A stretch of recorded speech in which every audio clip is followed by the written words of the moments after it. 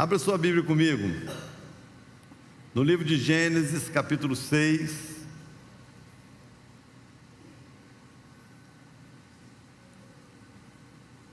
Livro de Gênesis, capítulo 6. Eu queria ler com você do versículo 9 ao versículo 14, e depois o último versículo do capítulo, que é o versículo 22. Do 9 ao 14, depois do 22. Eu estou lendo na versão King James. Se você tem a mesma versão, você acompanha, e outra você vai encontrar palavras diferentes, mas o significado mesmo. Estas são as gerações de Noé. Noé foi um homem justo e perfeito nas suas gerações, e Noé andava com Deus. E Noé gerou 3 filhos, Sem, Cã e Jafé. A terra também estava corrompida diante de Deus, e a terra estava cheia de violência.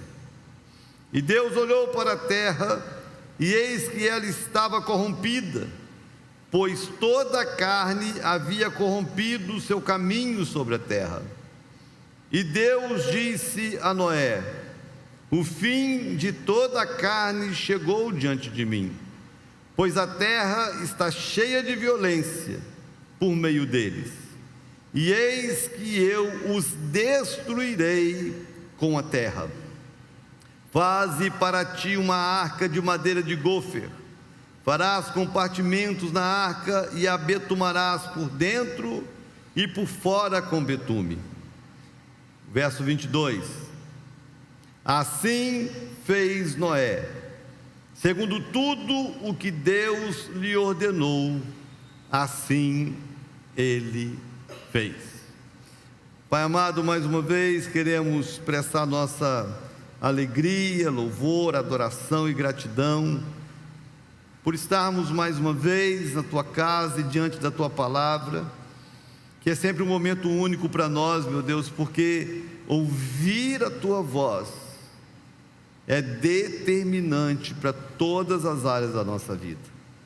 Por isso agora nós te pedimos o nome de Jesus, que toda intenção maligna para trazer perturbação, distração, caia por terra, e que o Senhor leve cativo os pensamentos à presença do Senhor, e submetidos à tua palavra possamos ouvir com clareza e entendimento a tua voz. Fala conosco, é a nossa oração em nome de Jesus, amém.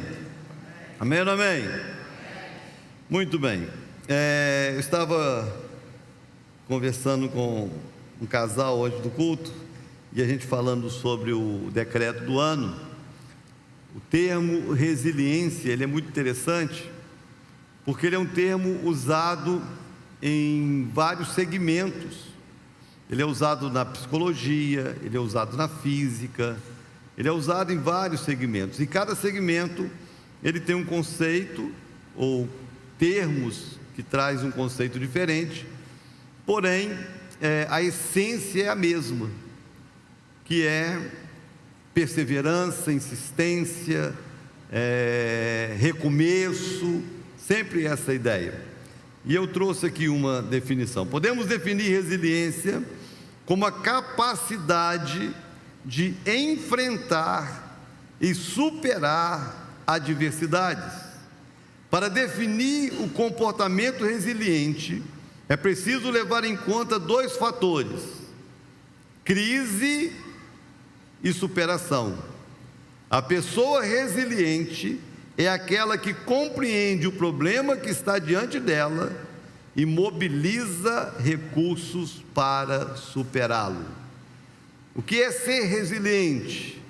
É saber enfrentar a adversidade, como ouvimos ontem, com maturidade, juntando os recursos necessários para superar os obstáculos que porventura surgem diante de nós. Isso é ser resiliente.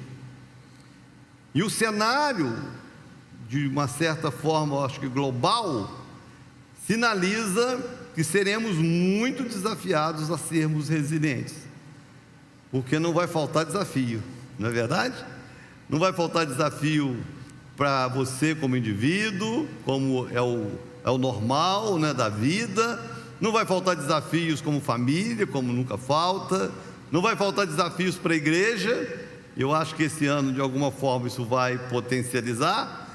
E não vai faltar desafios para nós como nação. E a resiliência será a resposta que nós vamos dar diante de Deus, diante do mundo espiritual e diante dos homens. Posso ouvir um amém? Agora presta atenção, porque nós vamos aprender na Bíblia, e começamos ontem, mas eu creio que durante todo o ano não vai faltar palavra e exemplo e ensinamento sobre esse decreto, porque é importante a gente aprender a sermos resilientes. Como isso, como fazer, como agir, como responder, como nos comportar. Precisamos aprender para a gente saber, diante do quadro, dos quadros que se pintarem, como que nós vamos dar uma resposta. Presta atenção então, nós vamos falar hoje sobre uma das experiências que ela aconteceu uma só vez em toda a história da humanidade, que foi o dilúvio. Deus olhou para a terra e a maldade havia se multiplicado, a corrupção havia se multiplicado, a imoralidade, a violência havia tomado conta da raça humana a tal ponto que Deus olhou e não viu uma outra saída a não ser destruir a humanidade. Isso não aconteceu só aqui acontece com o dilúvio, mas isso acontece outras vezes de outras formas. Um outro exemplo, só para citar para você entender: quando Deus tira a nação de Israel da escravidão do Egito, a nação havia sido escrava do Egito durante 400 anos, Deus levanta Moisés, liberta a nação, coloca a nação no deserto e vai em direção à terra prometida. Deus olhou para aquela geração que Ele havia libertado, que Ele havia feito promessas. Ele olhou para aquela geração, que foi uma geração assim, tão contaminada com os desvalores do Egito, que Deus olhou e falou assim: não tem jeito para essa geração, vocês não podem entrar na terra prometida não, porque se vocês entrarem na terra prometida, vocês vão desgraçar a terra prometida. E o que Deus faz? Deus deixa aquela geração 40 anos no deserto, para Ele eliminar aquela geração, para que uma outra geração nascesse, e a geração que nasceu pudesse entrar na terra. Então chega um determinado nível de imoralidade de uma geração, que Deus olha e fala assim: não tem salvação, a única forma é eliminar, acabar e destruir, e trazer uma outra geração à tona, porque essa geração não tem mais jeito. Então isso acontece algumas vezes na história, e aqui é a primeira vez que vai acontecer na história da humanidade, e Deus faz isso através do dilúvio. Deus olha para a terra, contaminação, a corrupção tomou conta, a violência tomou conta, e Deus olha e fala: não tem jeito, vou destruir a humanidade. Mas a Bíblia diz que Deus, quando olha, Deus olhou e viu Noé, e a Bíblia diz que Noé achou graça aos olhos de Deus, porque Noé era um homem íntegro, justo, e andava com Deus. Lógico que tem tantas lições na vida desses personagens, como ontem nós falamos de Abraão, hoje de Noé, que mostra para nós que, apesar de tanta coisa errada, de tanta sujeira, de tanta imoralidade, ainda é possível uma pessoa, um indivíduo, um homem, uma mulher que teme a Deus, ser diferente da geração inteira. É possível que Deus, no meio de uma geração corrompida como a nossa, Deus encontra a mim e a você como esses diferentes que assumem, né, esse papel e essa responsabilidade de viver diferente dos outros. Deus olhou e viu Noé. Deus viu Noé e Deus então apresenta para Noé o quadro, apresenta para Noé o fato, apresenta para Noé uma decisão que não tinha como voltar atrás: eu vou destruir a humanidade. Mas apresenta para Noé a possibilidade de, através dele, ele, a casa dele, a geração dele ser salva a partir dele. E Noé tem que dar uma resposta resiliente. Como responder a uma situação, a um quadro tão desafiador de destruição que a humanidade iria enfrentar?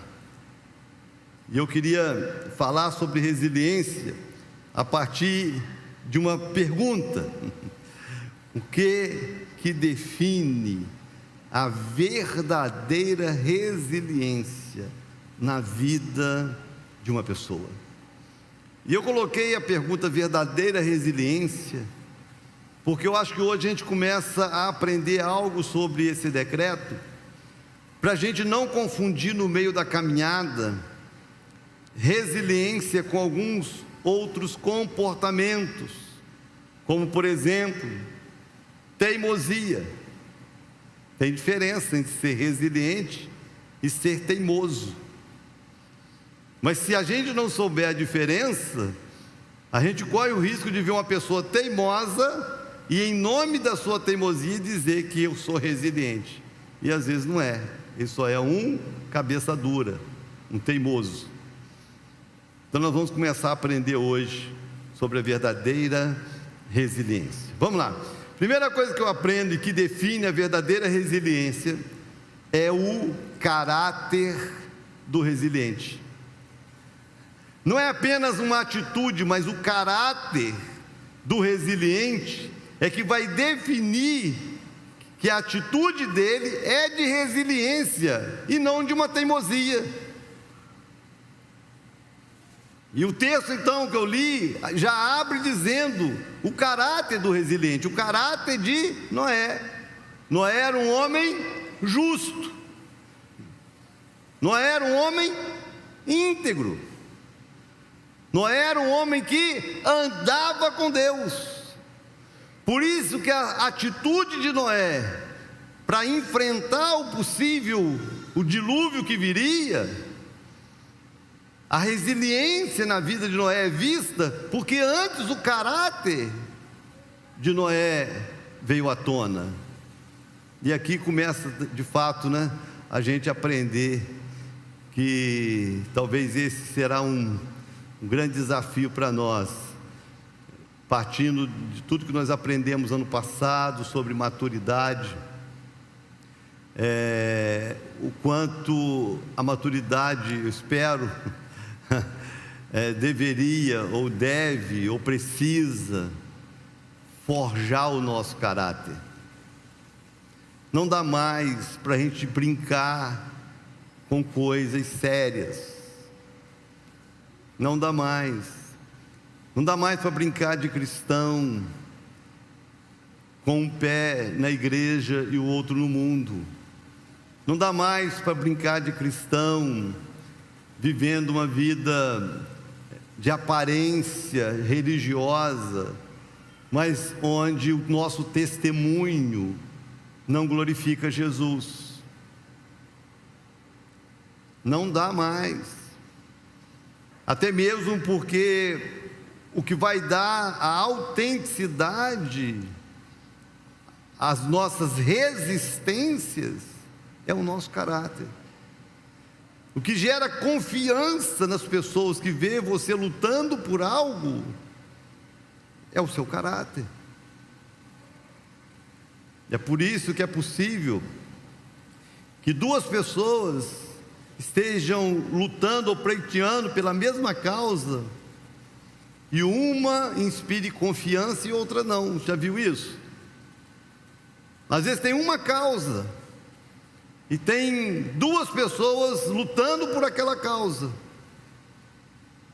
e uma consegue arrebanhar pessoas por causa do caráter, e outras às vezes até consegue arrebanhar pessoas por causa de um discurso. Mas o que dá autenticidade a essa resiliência não é o discurso, é o caráter. O caráter que ainda que as pessoas nem reconheçam ou valorizem, Deus vê. São os valores que às vezes uma sociedade despreza, mas Deus valoriza. E Deus viu isso em Noé. Então olha aqui para mim, irmãos. Olha aqui para mim, porque é algo que nós precisamos ajustar todos os dias da nossa vida. Sempre nós teremos que nos ajustar, sempre nós teremos que procurar viver uma vida santa, consagrada, de buscar Deus, todos os dias procurar andar com Deus. Sempre, isso vai ser um desafio para a nossa vida toda.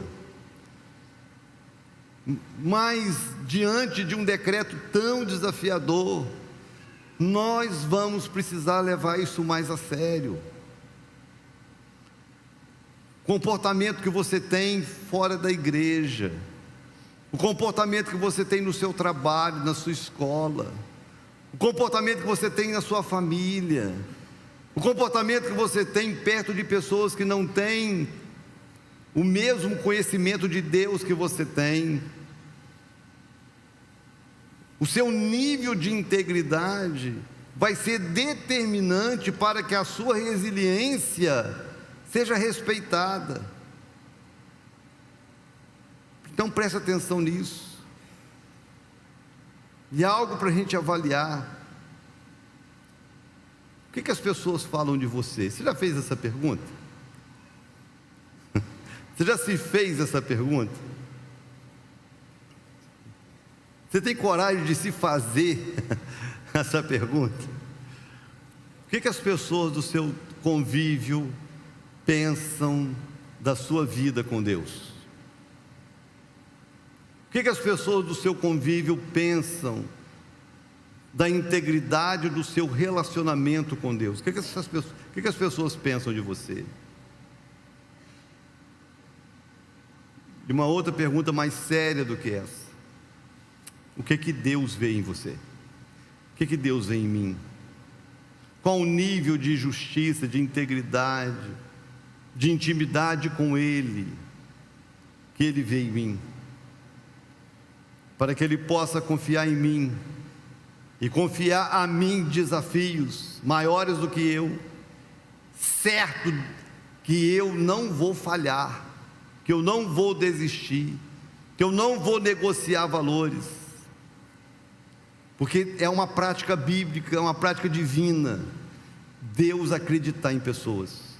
Tremendo, é tremendo Deus acreditar em pessoas. Você imagina bem, Deus decide destruir a humanidade. Deus acreditou em Noé. Vou destruir a humanidade, mas não pode destruir Noé, porque Noé é de confiança. Quando Satanás se apresenta diante de Deus, e Deus fala de Jó: de onde você vem, Satanás? Aí Satanás responde: de rodear a terra e passear por ela. Aí Deus fala assim: viste meu servo Jó? Porque não existe na terra nenhum homem íntegro, temente a Deus, se desvia do mal como Jó. Deus apostou em Jó, Deus apostou em Abraão, Deus apostou em homens que Ele sabia que Ele podia confiar algo, que o caráter daquela pessoa faria com que ele fosse resiliente o suficiente para superar os obstáculos e cumprir com aquilo que o Senhor estava confiando às suas mãos. O que Deus pensa de nós, irmãos? Será que Deus vê em nós esse caráter justo, íntegro, para que Ele possa dizer assim: vou confiar a você esse ano grandes desafios, vou se apresentar diante de você grandes desafios, vão se apresentar diante de você gigantes e muralhas, mas eu confio em você, porque eu vejo que você é uma pessoa íntegra, justa, que anda comigo. E eu sei que você vai ser resiliente o suficiente para vencer isso, para superar o que tiver que superar. Então, a primeira resposta, atitude que precisa ter em nós, que de alguma forma comprove, traga legitimidade, autenticidade, a resiliência, é o caráter do resiliente. Não é o quanto você é capaz de discursar, não é o quanto você é capaz de ter palavras de êxito, mas o quanto você é capaz de ter atitudes íntegras para que Deus confie em você. Alguém entendendo aí? Deixa eu ver. Amém. Então, a primeira coisa que define a verdadeira resiliência é o caráter do resiliente. Mais do que o discurso, é o seu caráter. Segunda coisa que autentica, que define a verdadeira resiliência, é a legitimidade da missão que foi confiada a ele. Existe um ditado perverso, um ditado perverso que diz que os fins justificam os meios. Com certeza você já ouviu isso alguma vez na vida, né? Não, os fins justificam os meios. Isso é aplicado de muitas formas, né? Já foi aplicado até para determinadas práticas pecaminosas, né? Para determinadas práticas pecaminosas, como se determinados pecados fossem justificados pelo amor. Não, porque ama, pode pecar, pode tal. Mas quando eu olho para a Bíblia, eu olho para as atitudes divinas, eu vejo que para Deus os fins nunca vão justificar os meios, porque os meios, eles precisam ser tão legítimos como o fim. Porque não basta eu chegar aonde eu quero chegar, não basta eu chegar onde Deus quer me levar, eu preciso chegar lá de maneira honesta, eu preciso chegar lá de maneira íntegra, eu preciso chegar lá como Deus planejou que eu chegasse, da forma que Deus planejou que eu chegasse, não pode ser de qualquer forma. E a gente sabe, nós vivemos num mundo mau. Eu tenho assim lembranças de lideranças na minha vida que ensinava o contrário. Eu lembro de um sargento na Marinha, era um homem assim, eu já falei dele aqui algumas vezes.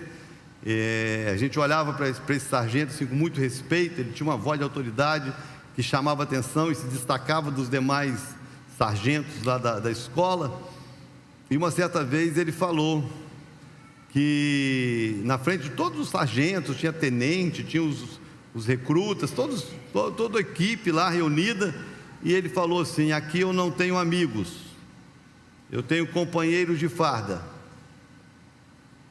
Para eu chegar onde eu quero, eu passo por cima de quem eu tiver que passar.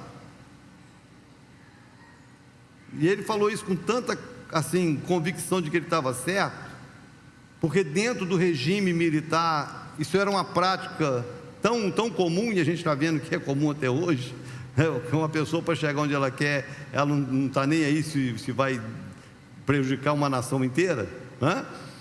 E essa mentalidade, ela se tornou comum dentro de uma sociedade sem Deus, onde o que importa é chegar,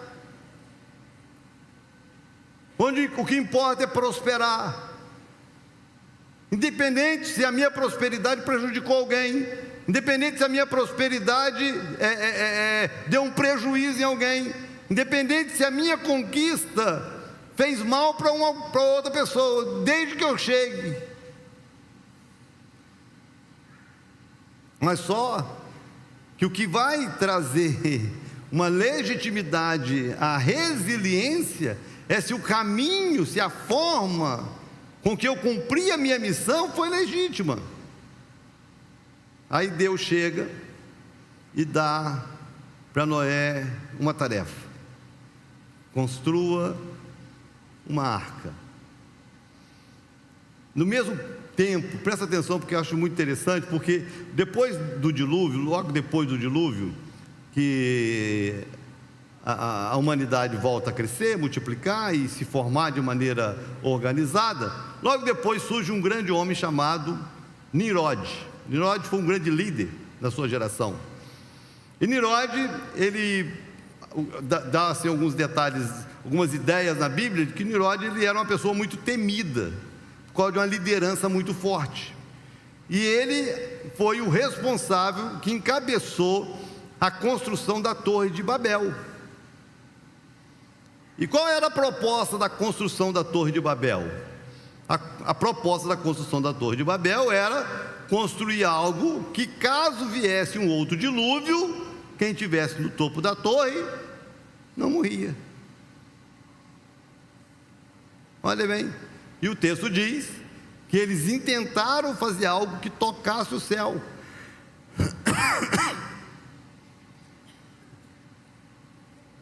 Possivelmente daria certo. Para e pensa se não corria o risco de dar certo. Vem uma chuva, vem uma enchente, quem estivesse no topo, vai que essa torre fosse de fato tão alta, e a água não chegaria lá. Só que Deus olha para aquilo ali e fala: isso não é bom. Gente, mas não ia salvar a humanidade?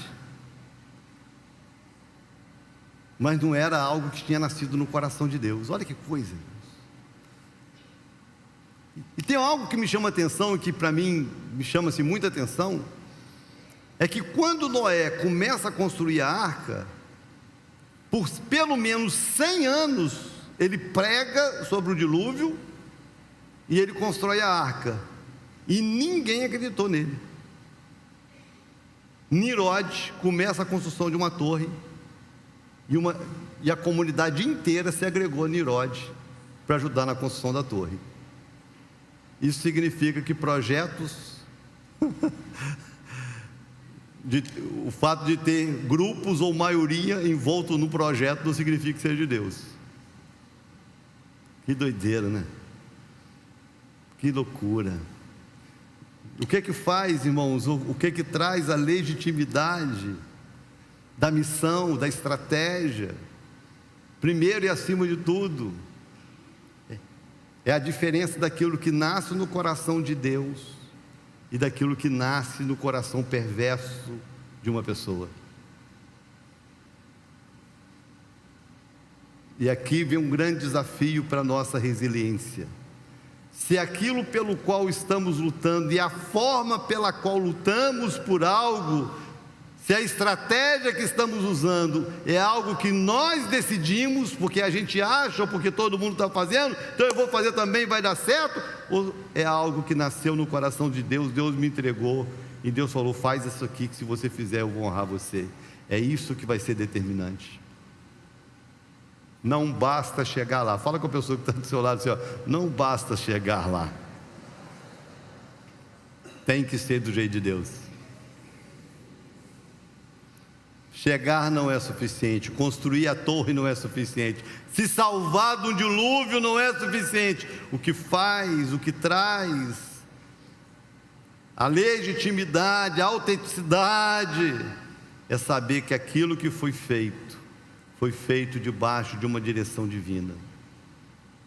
Irmãos, prestem muita atenção nisso, porque tem quantas pessoas, irmãos, nós temos dois tipos de situações, né? Nós temos gente que está dando certo e no final vai se arrebentar, porque está dando certo num processo, mas fora do propósito de Deus. E nós temos pessoas que nunca dão certo, porque nunca ouvem Deus antes de começar algo na vida. E muitas pessoas que às vezes são teimosas disfarçadas de resilientes, teimosas disfarçadas de perseverantes.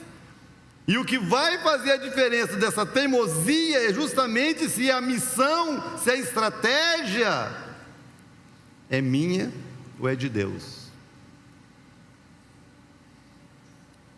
Se aquilo pelo qual, ou a forma com a qual você luta, que as armas pela qual você usa e luta, se ela vem de Deus, a sua perseverança é uma resiliência.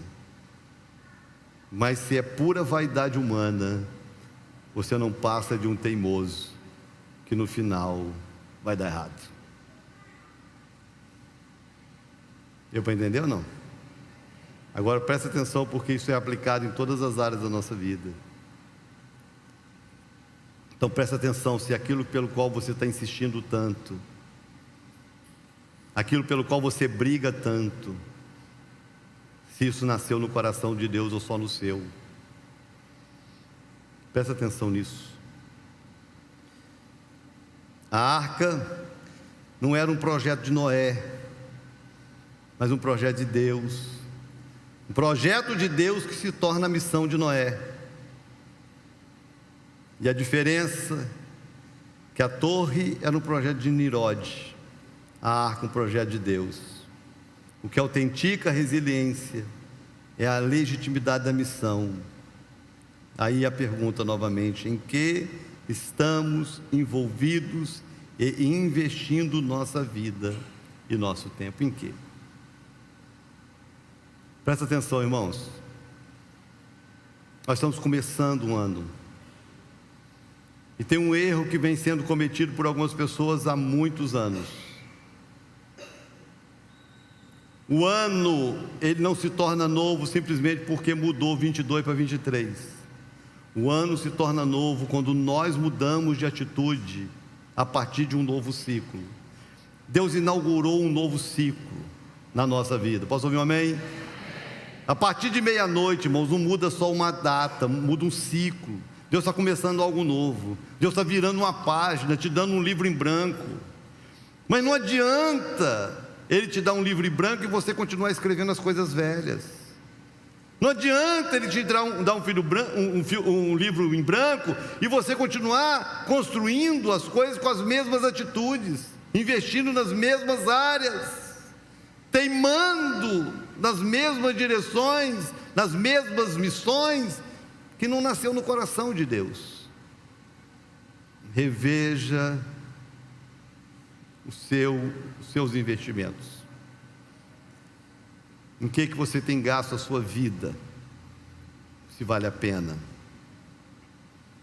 Reveja até as suas conquistas, se elas compensam o preço que você paga por elas. Ser resiliente, irmãos, é dedicar a vida àquilo que Deus nos confiou. Isso é ser resiliente. É quando nós dedicamos a nossa vida àquilo que Deus confiou às nossas mãos. Isso é ser resiliente. Pode ser a coisa mais simples, numa ótica humana. Às vezes você se dedicar a um filho, às vezes você se dedicar à sua família, à sua esposa, ao seu marido, o que para muitos talvez seja perder tempo. Não é verdade? Numa sociedade como a nossa, feminista, um exemplo, a sociedade feminista, essa ideia da liberdade feminina, essa coisa toda, aí de repente a missão que Deus deu para você, mulher, é cuidar da sua casa, se dedicar a um filho, se dedicar ao seu marido. Essa é a missão. Você vai ter pessoas chamando você de um monte de coisa, e Deus olhando para você e vendo você virtudes que não vê em outra pessoa. Não que essa seja a missão de todas, mas se for a sua, se encontre na missão e se dedique a ela, porque é isso que faz de você, dá à sua vida o caráter resiliente. Você entendeu isso? Entenda isso. Em terceiro lugar, o que define a verdadeira resiliência é a nobreza do propósito. A nobreza do propósito. Então não é só o caminho, mas aonde esse caminho vai me levar. E aqui a gente volta então para a comparação da construção da arca e a construção da Torre de Nimrod, Torre de Babel. Qual foi o propósito de uma e qual foi o propósito da outra? Irmãos, se nós não entendermos o final, da onde nós vamos chegar, e a nossa motivação para chegar lá, e o resultado que isso trará, se a gente não tiver essa percepção, a gente pode chegar no final de uma grande batalha, ter uma aparente vitória e uma grande frustração. Já viu gente assim? Que lutou por algo, e quando conseguiu conquistar aquele algo, que todo mundo achou, venceu, a própria pessoa que conquistou se sentiu profundamente frustrada, porque ela nunca percebeu que aquilo que pelo qual ela lutou não valia a pena ter lutado, porque o propósito se perdeu no meio do caminho.